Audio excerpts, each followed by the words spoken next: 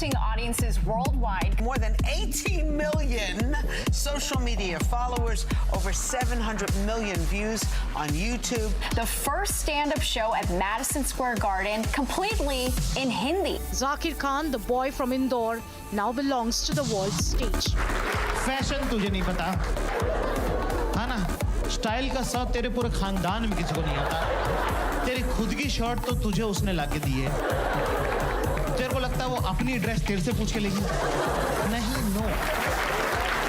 Really, if there is a person who genuinely defines the creator economy and is a guiding light to many people, older, younger, all across India and the world, it is Zakir Khan. Zakir Khan! Zakir Khan!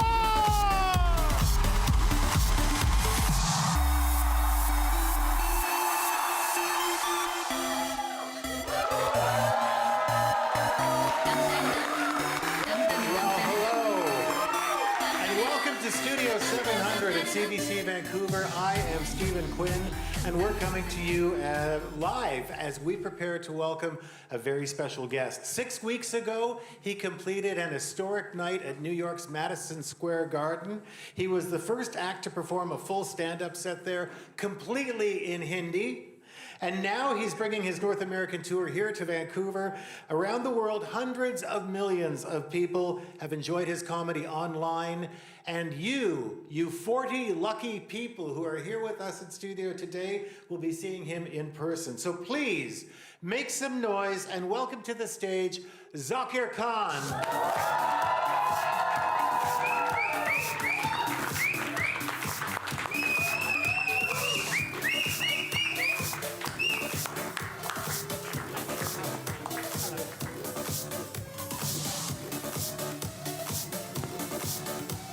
So great to see you. Yes. Thank you so much for being here. Yes, I'm very excited. How are you feeling? A little nervous because English is not my first language. I think you'll manage just fine with what we've talked about so far.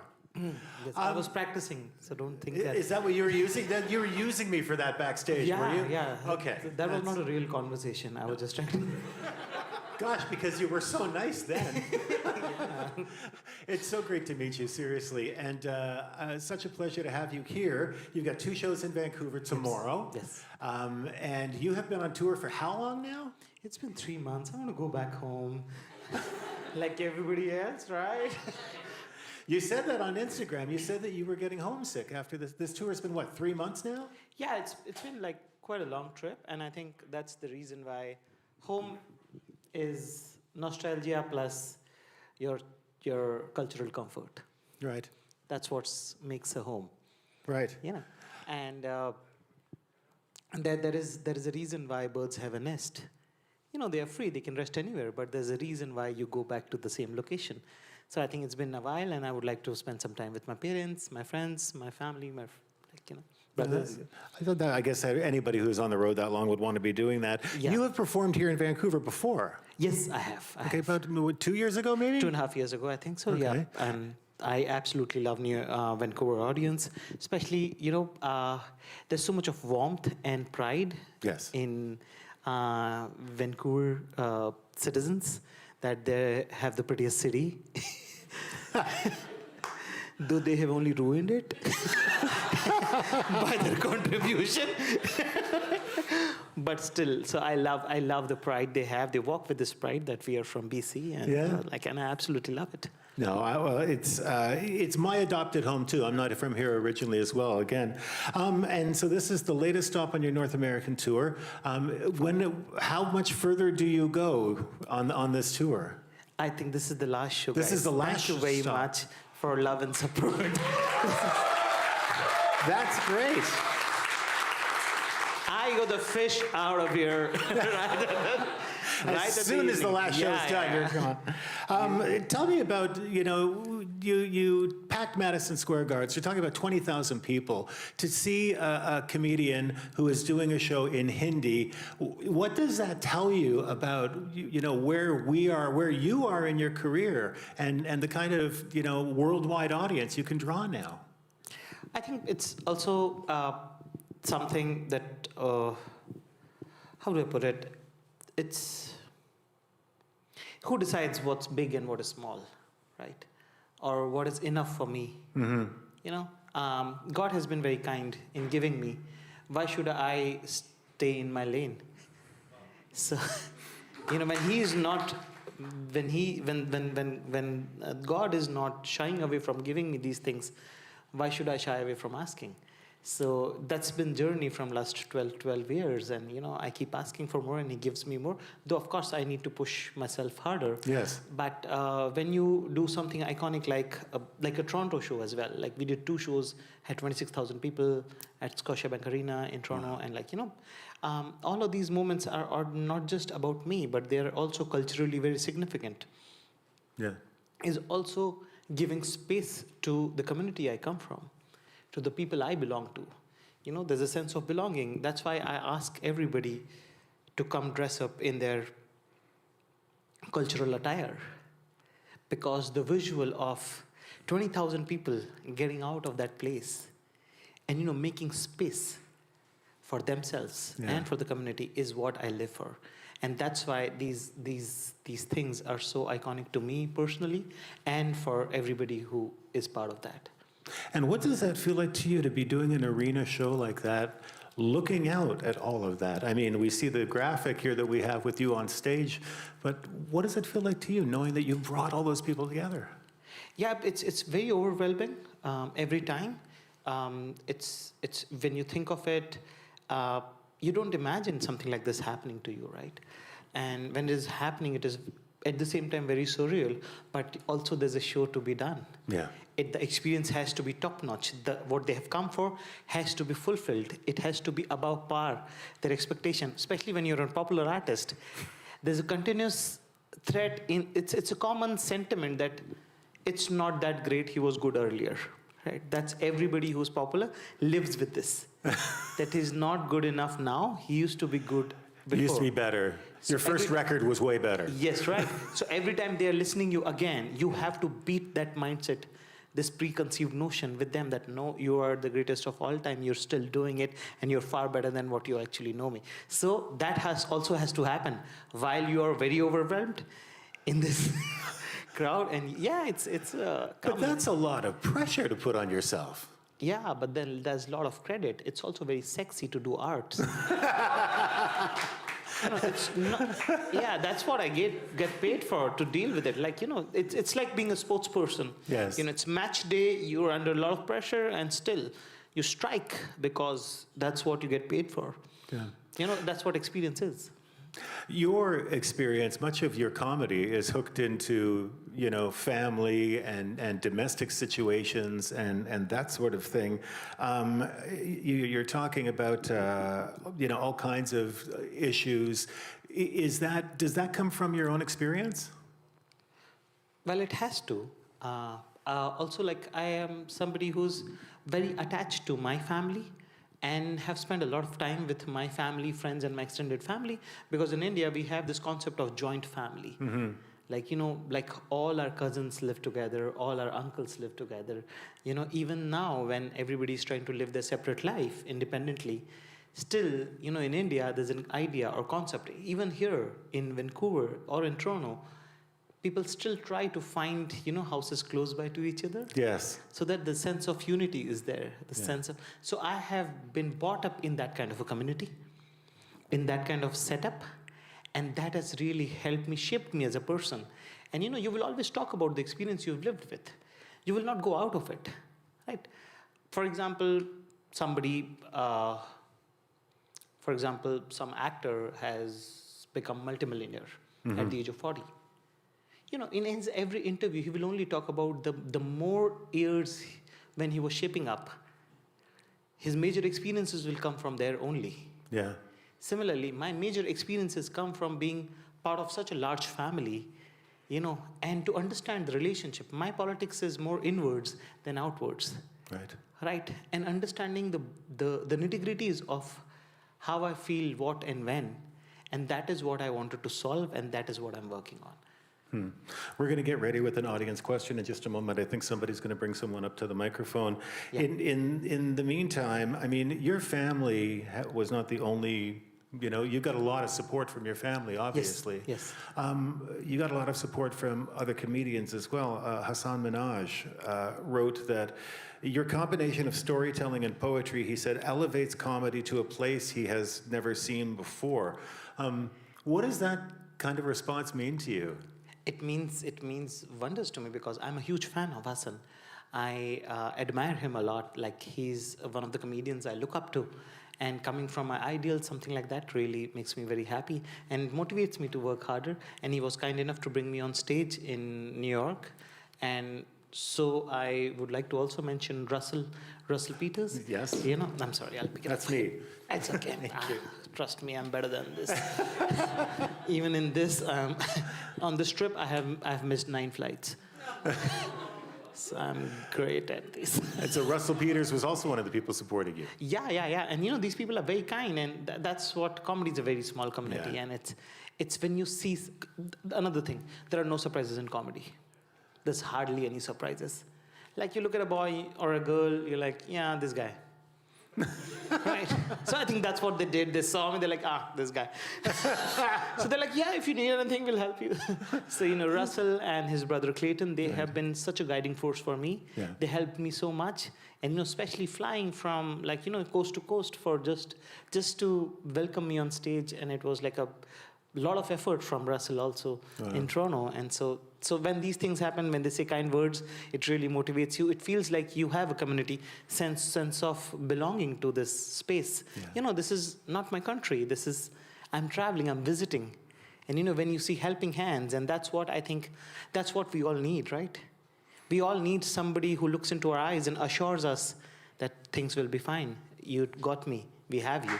Right, and that's what these guys do to me.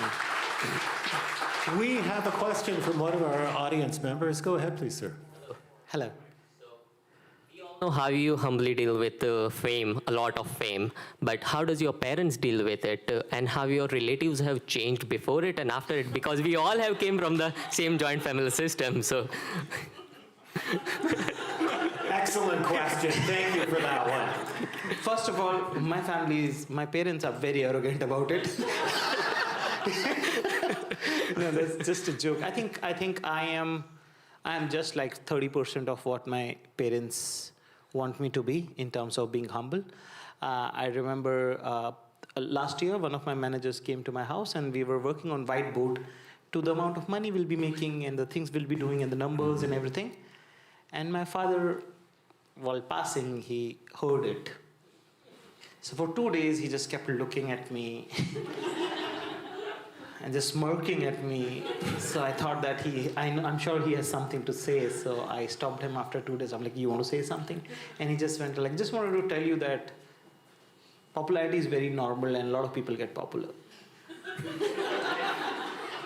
That sounds like such a dad thing to say. I'm like, and they're like, yeah, you're not the only one who's becoming popular. I'm like, yeah, I know.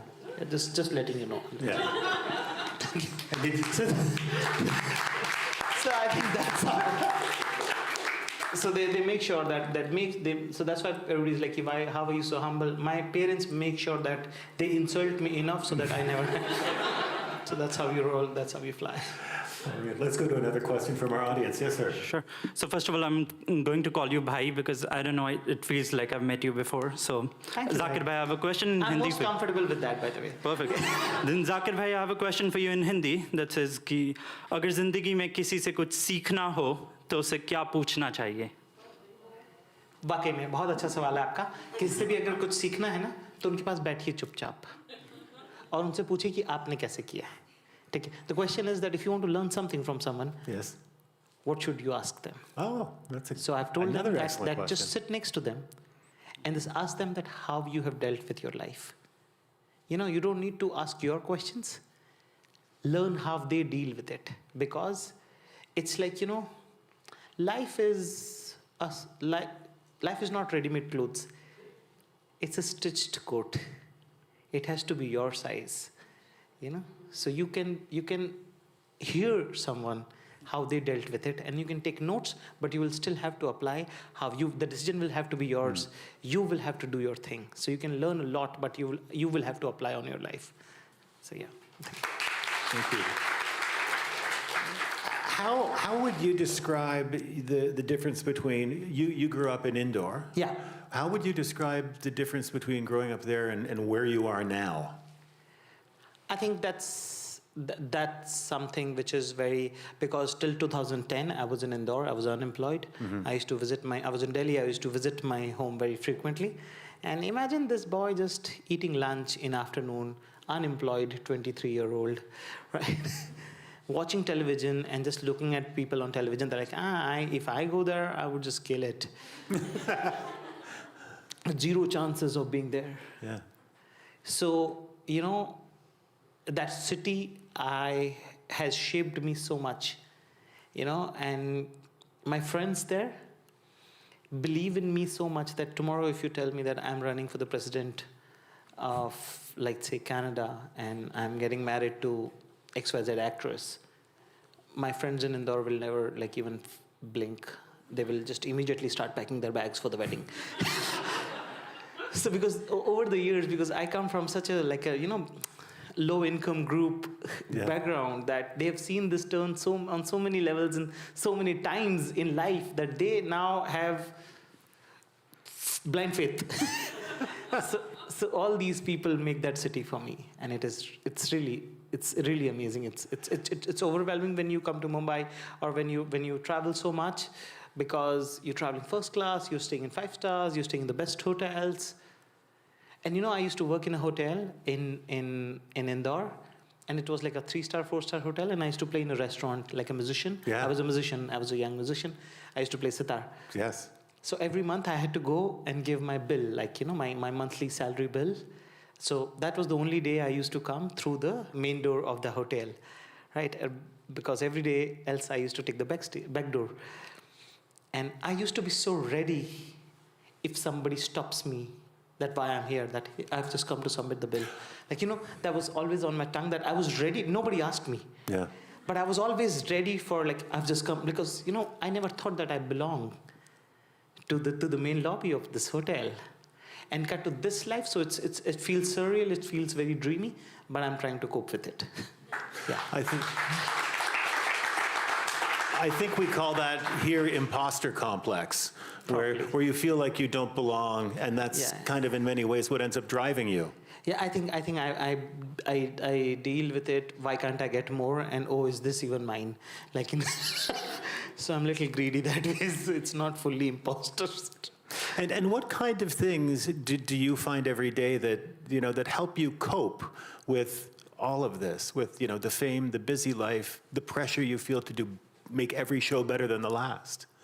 I think it's just that I'll give you a couple of incidents that this is, as an artist, your life is more about the things you don't do, and but as a popular person, the choices you don't make.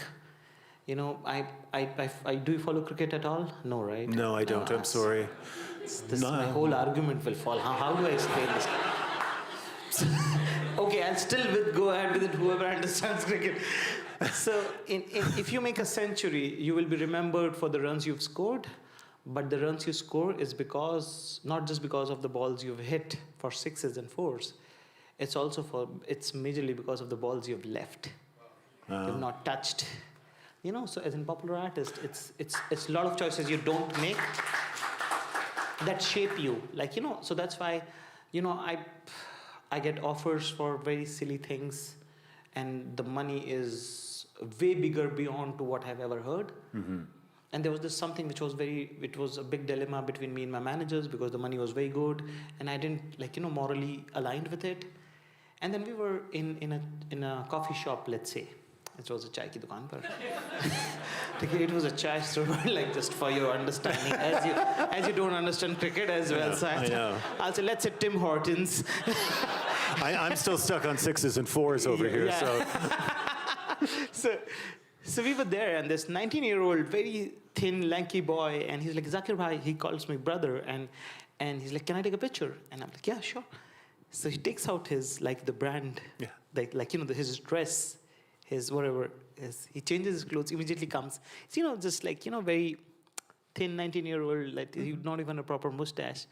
And he sits next to me, and he's like, I watch all your interviews and your work, and I don't have a father and I don't have an elder brother, so I look up to you, and whatever you say, I base my life on that. I cannot betray this boy. I work for him, and that's what drives me every day. Oh my gosh. Let's go to another question from the audience if we can. Yes, please. Hello, Zakir Bhai. Hello. What do you have to say to the young people out of the line you have said in one of the stand-up you have done? You said there are two things, manpasand or sahi. When you start doing manpasand cheeze, ignoring the manpasand cheeze and you start doing sahi, it means you have grown up and your childhood has been died. What do you have to say out of it to the young people who are coming abroad? That's true. I still stand by that. Yeah. That's how it is. So in one of my stand-ups, there's this quote where I say that, there's something you'll really like to do and something you should be doing. Yes. And more you start picking what you should be doing, that means that you're growing up and your childhood is dying. That's difficult for people. Did you go through that, though, yourself? Do you want to be here right now? Right. This is the things you're supposed to do, right? We all given a choice, we would be at beach, but right? This is also the thing I want to do. Yeah, I'm very just lucky that way. I'm just joking, Yeah. that's like... that's the worst part of being a comedian, that... I started taking you seriously. I shouldn't do that. That's the luxury I have. I can switch anytime. Yeah, I was joking, Stephen. Okay, I have to ask you this, because you call yourself, and I've had this explained to me by many people so far, Saklaunda. Yeah. Now, what is your interpretation of what Saklaunda means? I have never cleared I have never cleared it. Let me clarify that for the first time. So when you try to engage romantically with people at a certain age, when you're available and emotionally vulnerable, a lot of people will take advantage of you by just, creating that kind of energy between you and push you to do things in their favor, which they actually don't mean. Right? And there's no record of that betrayal. There's no document of that. That somebody just this very good-looking boy just talking to this below-average girl, like, hey, hi, what's up? Can you write these notes for me? Right, and you will be like, yeah, you think there's something in it, right? Yeah. So that's what I tell, and that's what I've been living. But that it's Saklaunda means because it was about me, so it's a hard boy, but it's a genderless concept. Okay. So what I am trying to preach is that don't fall for people who don't mean it. So the line is that a sakt person will not fall for anyone. For a sakt person, it's like hard person, right? So you have to melt it. Yes.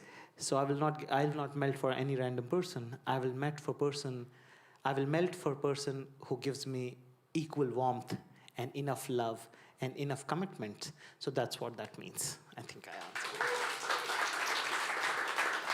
Very good. Thank you. Another question from our audience. Please go ahead. Hello, Zakir Bhai. Hello. Yeah, so I would like to ask one question. So what advice would you give to someone who's written jokes but hasn't performed yet? Or how to write better jokes without performing? Or how to get validation for their written work? I think it's very difficult. If you are just into writing, then you should write articles and blogs and not think of performing stand-up, because these are two completely different art forms. Comedy is the only art form which required performance practice. Okay. Rest, every art form can be practiced at home. This is the only art form which you have to go in front of people, get humiliated, come back again, do it again, and get better. Yeah. So this is, a lot of people think they are very funny when they write it at home, but it's a very different ball game. It's like, it's like playing alone with a hanging ball, the cricket, knocking the ball, and then playing a match. Yeah. So comedy is all about stage practice. So you should, if you're not looking to perform, then you should try to write articles, books, comics. That would really work, because it's a one-to-one medium between the reader and the reader and the writer. It's very exclusive. But stand-up comedy is a performing art, which is between you and thousands of people, or whatever the room is. So it had to be, that's the only option you have. You'll have to perform. So don't be ashamed. Don't try in front of mirror. It doesn't work. You have to go in front of people. Okay. Thank you. Thank you. What is it like working in comedy right now with everything that we've seen going on in the world? Late night talk show hosts in America being attacked for things they've said, being shut down for things they've said. It's developing, and we're also watching it. Yeah. I'm also observing it. We are also taking in. We are also understanding it. As a profession, the needle is moving in a direction we have never seen before. And in terms of all, and especially with comedy, because comedy is being popular without, too much of clout. Mm-hmm. So attacking comedians is the most safest thing you can do. So you get enough clout, you get enough name as well, and you can shut them down, so it's a victory for you as well. Yes. But we don't have clouts like politicians. Politicians will say the most shittiest thing and still get away with it, right? But with comedians, because we are less in power, we don't have much power, so it's much easier. It's a perceived power. Right. It's a self-inflicted power that, we have so many audiences, we have mic in the hand. It's not real. It doesn't work. So, we were felt that we had a lot of power. And right now, then I'll take a leaf out of this very famous show called Game of Thrones, where once in one of the episodes, somebody says knowledge is power, and the queen arrests him and asks the soldier to behead his head, and then releases him. This happens within 3 seconds. Arrest him, behead him, stop it, release him. Right? And she walks up to him and says, power is power.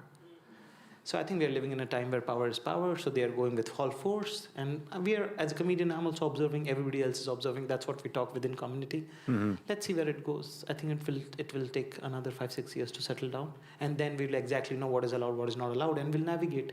But we cannot leave spaces. We'll still have to do whatever we feel like, and whoever is representing whatever have to do it. Right. For those sorts of comedians, the comedians that handle a lot of political material, it's, often I think of it as the last place that you can hear the truth, because it's, satire, making fun of something is, it cuts to the heart of the issue. Yeah, true. You don't do any political comedy at all. No, you stay away from that. It's like, asking a jazz musician, why don't you do rock? So you like jazz, go to jazz concert. It's an art form. It doesn't have to be, everybody doesn't have to do everything, right? Yeah. Right. It's that there are very brave comedians in India and abroad and world over who are doing very brave content and doing political satire. It's their thing. It's not my thing. I will feel someday and want to do it, something like that, but not right now. So I do stories. I do stories, and that's my thing. Right. Do you worry about a clampdown on free speech? As an artist, yeah, of course. You are India is more sensitive than you guys are, and let me say that. Yeah, we are far ahead of what you guys seeing. We've already seen all of this, so I'm just trying to be nice to you guys so that you don't feel bad. But we've seen all of this. We've gone through this. That's why it's going to last for the next 5 or 6 years. Yeah. So it will take some time for you guys to be okay. We know everything, what is allowed, what is not allowed. We try to navigate through that. So yeah, Okay. Take 5 more years and then deal with it. I don't know why I'm laughing at this, but I'm laughing at. Go ahead, Trust please. me, you will not when you. No.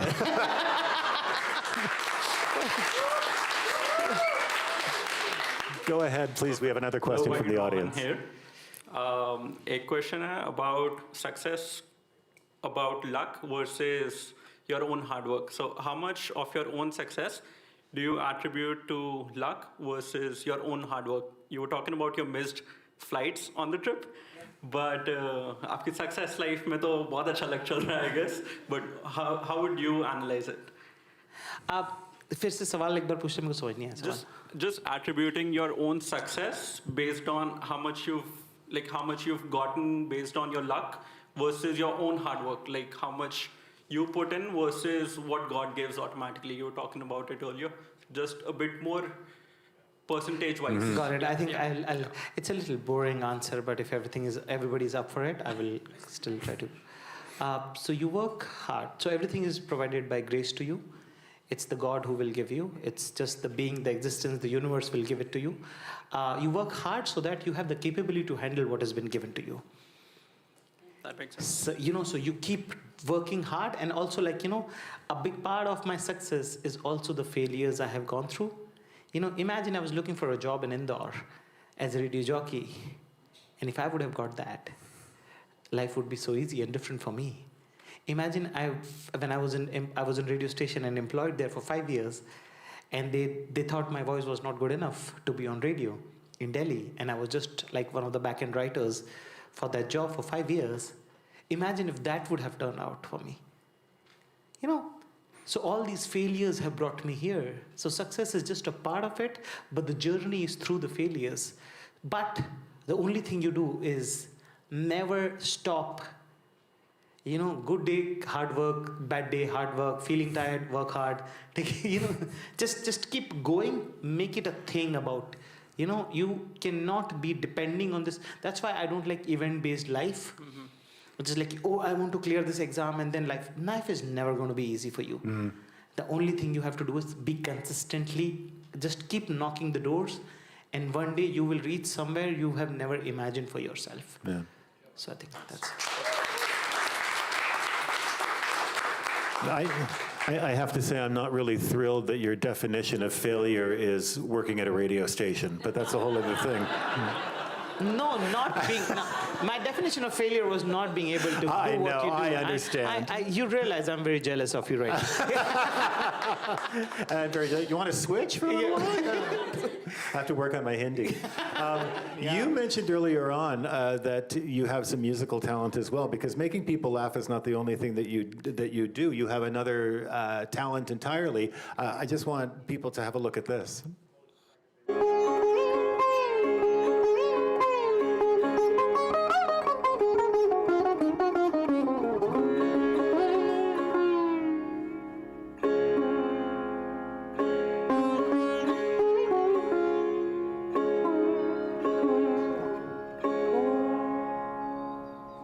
That is just amazing. You really know how to play that thing. Yeah. Wow. I have given 19 years of my life to that instrument. Wow. I started playing when I was 4, and I quit at 23. So... Why did you quit? It didn't feel like... I didn't... Yeah. It felt like a homework to me, Yeah. And I remember in 12th standard, which was the last year of my school, like high school. Yeah. And back then, there was no internet much prevalent. So we used to have slam books where all your classmates, your favorite people would write their names and their hobbies. And because I come from a musical family, one of my very close friends wrote his hobby. And hobby is something you do in your free time, right? Yes. And he wrote listening to music. And I was so shocked that why would someone listen to music in their free time? Because for me, coming from a musical family, I was like, because that was part of my training. Yeah. So I never looked at music as a free thing, as a leisure thing. So it was like a lot of work for me. Yeah. So that's the kind of relation I had with music. But now I think I have reconciled with it. Like how you're so pissed at your parents, and then you move abroad, and they're like... And then you're like, yeah, they were fine. I think they were okay. Oh, my parents were great. Oh, they struggled so much. You grow into it. Yes. So I think I have, again, it's been just during pandemic, I started listening to music again after 10 years. A lot of people did. Yeah. We all did. Yeah. We listened to sad music. Yeah. I was listening to classical Indian music, but yeah. So I reconciled with music, and whenever there's a very difficult old song where people hum and meet me at a party, and I'm so surprised with it, I'm like, I know because I was learning. Why were you going through this torture? When you were growing up, I mean, what kind of what was life like around you? Were you, at school, did you have lots of friends? Were you a popular kid? Were you a funny kid? Were you the class clown? No, I was not. I was still 7th standard. I was not. Oh. I think my life turned after 6th. I saw this movie where this guy was very underconfident and could not construct sentences, and I thought this is what my future is going to be. And in that movie, he has a mentor, and I realized that I will never have a mentor. Like, I will not have access to anything like that. So I will have to change. And that was my penny drop moment.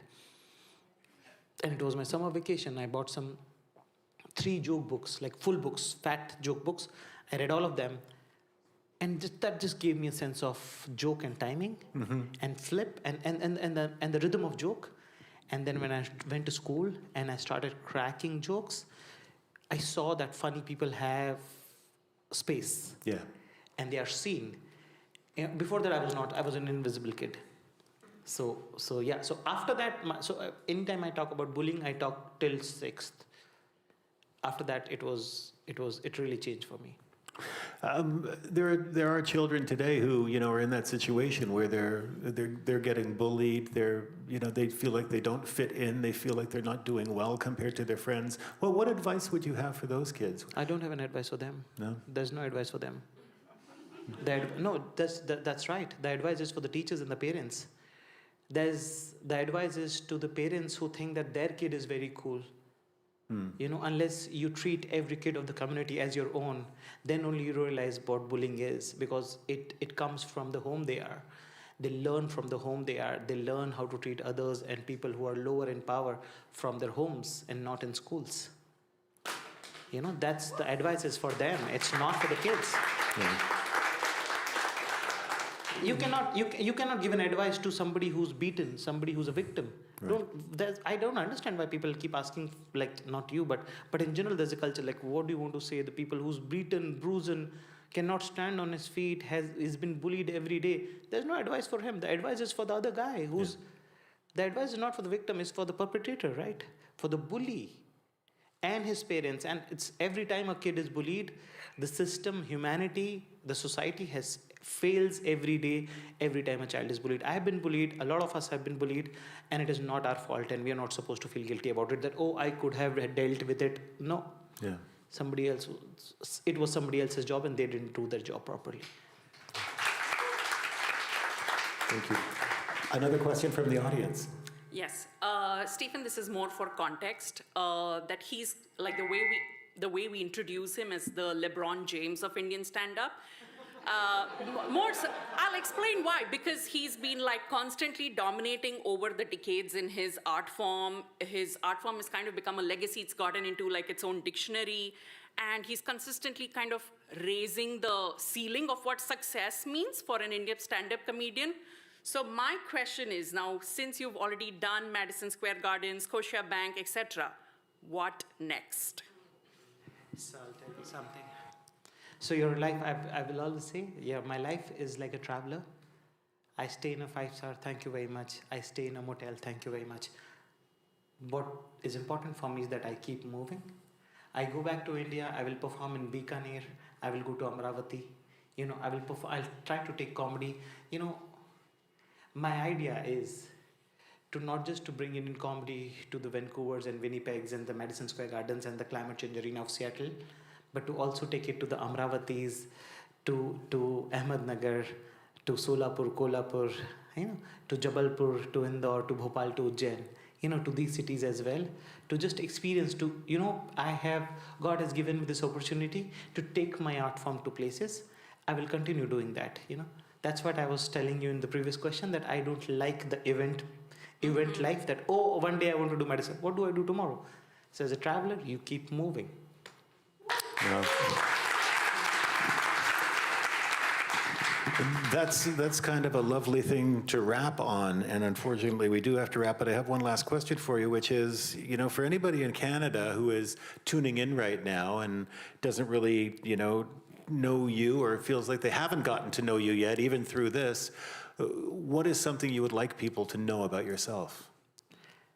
I think I love, if you're listening to me, you're in Canada and you're in Vancouver around, I'm performing tomorrow in Vancouver, so come to the show. Also, I am missing Indian food. if yeah, dosas, biryanis, anything, if you can bring to the show tomorrow, that will be really helpful. Don't care about me. If you don't want to know me, that's fine. Just send food to me. That's what I was looking for. No, I would say like I think I don't know, man. I think I have not thought about it.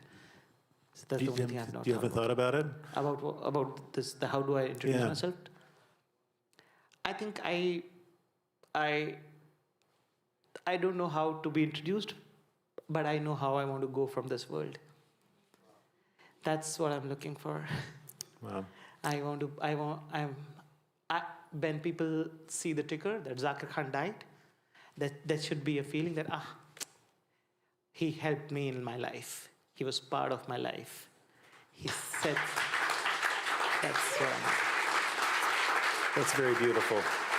It is such a pleasure to meet you. Thank you so much for doing this with us. We really appreciate it. And thank you to our wonderful audience and the very, very insightful questions. Appreciate it so much. Thank you, Stephen. This pleasure is all mine. You were so lovely and kind to me. Thank you very much for having me. Thank you. Thank you. Give it up one more time for Zakir Khan.